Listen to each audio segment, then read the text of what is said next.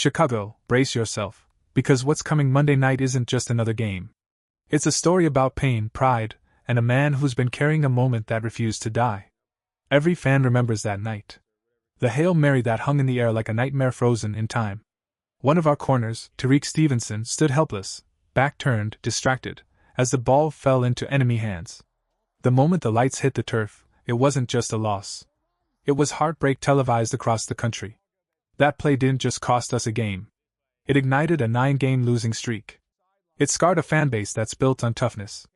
For a city like Chicago, where grit is in our blood and mistakes get buried under effort, that was personal. But the thing about Chicago? We don't stay down. And neither does Stevenson. Most players would have folded after that. Some would have asked for a trade, hid from the cameras, or vanished from social media. But Stevenson didn't run. He faced the fire head-on. He admitted it, said it. Hurt his feelings. You could see the raw truth in his words. He wasn't just embarrassed. He was broken by how much he'd let his brothers down. Imagine that weight. Having to explain to your own child one day why the worst play of your career is still living on highlight reels. Imagine walking into a locker room knowing every teammate saw that replay 1,000 times.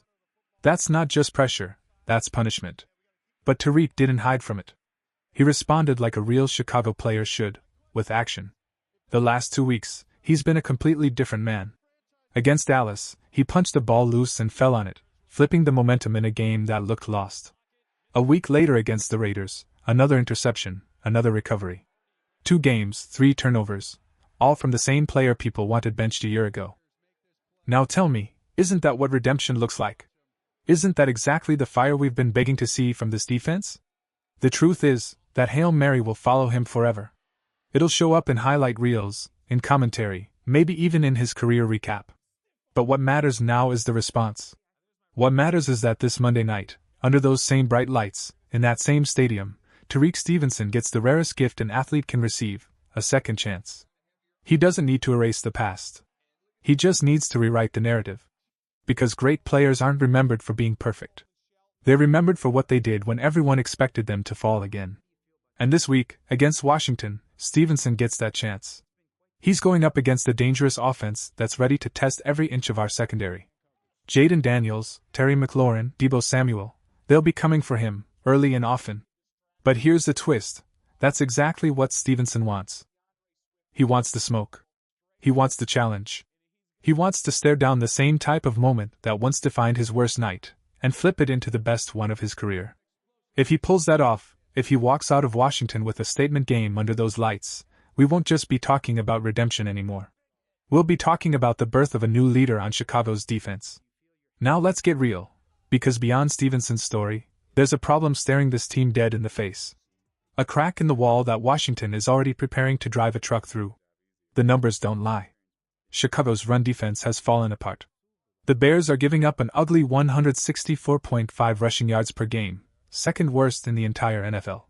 And if that stat doesn't make you cringe, this one will, 6.2 yards per carry allowed. That means every time an opposing running back touches the ball, they're practically halfway to a first down. That's not Bears football. That's not the monsters of the Midway. That's desperation defense. Last week against the Raiders? They gashed us for 240 yards on the ground. 240. To a team not even known for running the ball. And now, Washington's next up, a team with the most versatile rushing attack in football. Dan Quinn knows how to expose a weakness. He's built a system where anyone can run the ball and make you pay. Rookie Jake Krosky-Merritt, a 7th-rounder no one knew a month ago, is suddenly torching defenses. 43 carries, 283 yards, and 4 touchdowns. That's 6.6 yards a carry from a kid who wasn't even on the scouting radar in August. And it doesn't stop there. Quarterback Jaden Daniels may be wearing a knee brace, but he's still dangerous on the ground, already over 120 rushing yards, slicing through defenses like nothing happened. Add in Deebo Samuel taking snaps in the backfield, and Washington's offense starts looking like a storm, unpredictable and fast. Quinn even said he's happy to run with whoever's hot. That's the nightmare. You can't game plan for that kind of chaos. So here's the test for Chicago. Can Montez Sweat and this D-line finally stand up? Can Tremaine Edmonds keep filling those gaps long enough to slow them down? Because if Washington starts pounding the ball early, if they're ripping off 5- and 6-yard gains on first down, the entire game flips. Once the ground game opens up, Terry McLaurin gets room to run routes deep. Deebo Samuel turns into a bully after the catch. Zach Z, their veteran tight end, becomes a nightmare on third downs. That's how the Commanders suffocate you. They chew the clock, drain your energy, and then hit you over the top. If Chicago doesn't fix this fast, Monday night could turn into another televised meltdown, the kind of loss that burns in fans' memories for years. But there's still hope. This defense has the personnel. The names are there: Sweat, Edmonds, Stevenson, and Kyler Gordon, all capable of dominance. What's missing is rhythm, chemistry, and pure anger at how badly they've been outplayed. And that needs to change Monday. Because every play matters, and every missed tackle will be magnified in prime time. If you love deep Bears breakdowns like this, take 2 seconds and hit that like button. It helps this channel reach even more Chicago diehards who live and breathe navy and orange. And trust me, you'll want to be here when the next post-game reaction drops. Now back to business, because we're not done yet. The Commanders aren't just going to test Chicago's defense. They're going to challenge their pride. And if the Bears don't rise up, this won't just be another loss. It'll be an identity crisis. Here's the truth about football: it's not always about the big picture. It's about man-to-man combat. One-on-one showdowns that decide the night. And Monday, Washington versus Chicago will come down to matchups, pure and simple.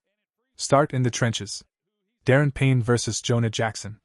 Payne's a wrecking ball, 6 feet 3 inches, 320 pounds of violence. He's ranked among the league's top interior disruptors, and when he gets going, he lives in the opponent's backfield. Jonah Jackson? He's been inconsistent. Pass protection shaky, run blocking worse. And this week, the challenge is brutal. If Jackson can't anchor that line, Caleb Williams will be running for his life. Because Payne doesn't just collapse pockets, he destroys game plans. Then, shift left. Dorrance Armstrong versus Theo Benedict. This one might be the most nerve-wracking of all. Benedict's likely making his first official start at left tackle. Armstrong? 5 sacks already and the second highest edge grade on Washington's defense. He's quick, violent, and relentless. Benedict showed flashes last week: toughness, solid footwork, but this is different. This is prime time. This is pressure under lights. If Armstrong beats him early, it could rattle the entire offense. Now let's flip sides: defense. Deebo Samuel versus Kyler Gordon. On paper, this looks like a thrilling matchup. In reality, it's a trap. Gordon's just coming back from that hamstring injury.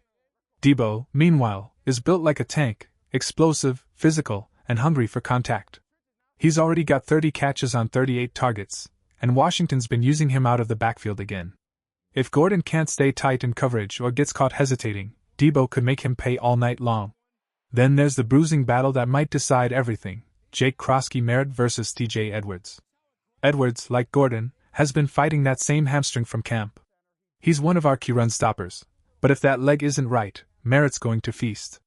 He's a compact, powerful runner with surprising acceleration, the kind of back who punishes you for over-pursuing. And don't overlook the edge matchup: Laramie Tunsil versus Deo Odeyingbo.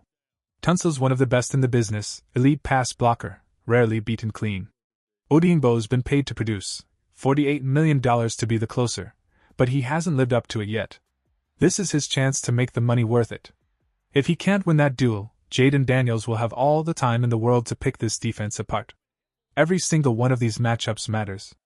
Because no matter what playbook you use or what scheme you draw, football always comes down to men beating other men on the line of scrimmage. So let's ask the hard question: are the Bears ready to win those fights? Are these young players and banged-up veterans ready to rise up when it matters most?